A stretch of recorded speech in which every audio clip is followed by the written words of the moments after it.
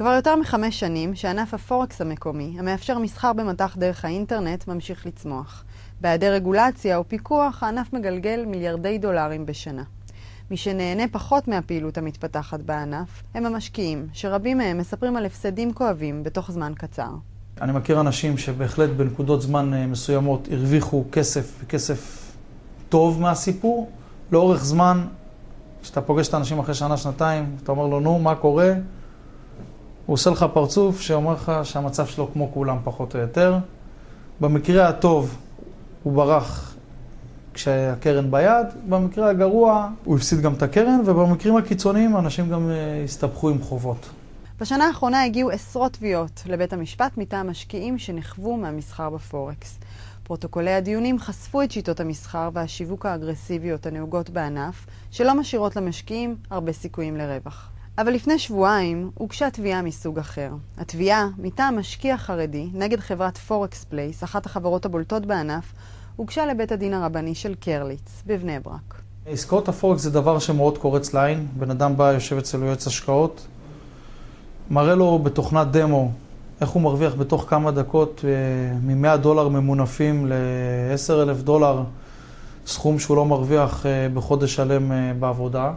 ואם המשכורת הממוצע שלו זה 3,000 או 4,000 שקל לחודש, הוא עושה חשבון שתוך כמה שבועות הוא הולך להתעשר, להחזיק את המשפחה שלו, לעזור להורים שלו ולחתן את הגיסות שלו. תביעות של חרדים שהפסידו את כספם לחברות הפורקס הם כבר עניין שבשגרה, ובשנה האחרונה הוגשו לא מעט תביעות שכאלה. המגזר החרדי היה אחד המגזרים שנפגע מאוד מפריחת ענף הפורקס, כשצעירים רבים ראו בפלטפורמת המסחר הזדמנות לשפר את רמת חייהם, אך בפועל הפסידו הרבה כסף. הלקוח שלי הפסיד אצל פורקס פלייס $400,000, אולי יותר. הסיבה שאני אומר אולי היא שאין לנו את כל החשבונות שנמצאים בידי החברה. הטענה המרכזית, כך טוענים עורכי הדין של התובע, נוגעת לפסק הלכה קובע כי פורקס פלייס צריכים להחזיר לתובע מחצית מהפסדיו. למה? כי התובע ופורקס פלייס הם לכאורה שותפים לעסקים. עורכי הדין מסתמכים על הסכם הלכתי שנקרא היתר עסקה, שנועד להתגבר על האיסור בדין העברי לגבות ריבית, ומטרתו לאפשר ביצוע עסקאות אשראי שהכרחיות בכלכלה המודרנית. כל לקוחות פורקס פלייס שסחרו תחת היתר עסקה, על פי היתר העסקה, זכאים להשתתפות של מחצית מהפסדיהם על ידי החברה. זה מה שאומר החוזה שערכה חברת פורקס פלייס. זה נראה לך ריאלי? זו טענה באמת ייחודית. אני רוצה לחלוק את הקרדיט עם הטוען הרבני צבי זקס, שנכנס אליי למשרד וצעק היתר עסקה. 3 ימים אחרי זה וישיבה של כמה עורכי דין, וכמובן בעזרתו והנחייתו, ייצרנו מסמך. זו טענה בהחלט רצינית.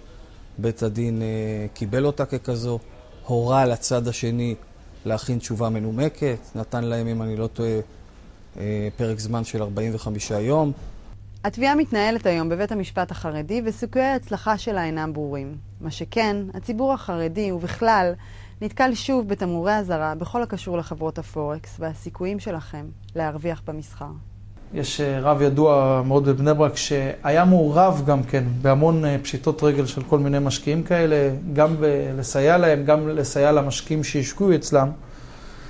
והוא הזהיר, ממש זה היה די בפומבי, הוא הזהיר את הציבור מפני כל מיני אנשים שמציעים להם השקעות קוסמות.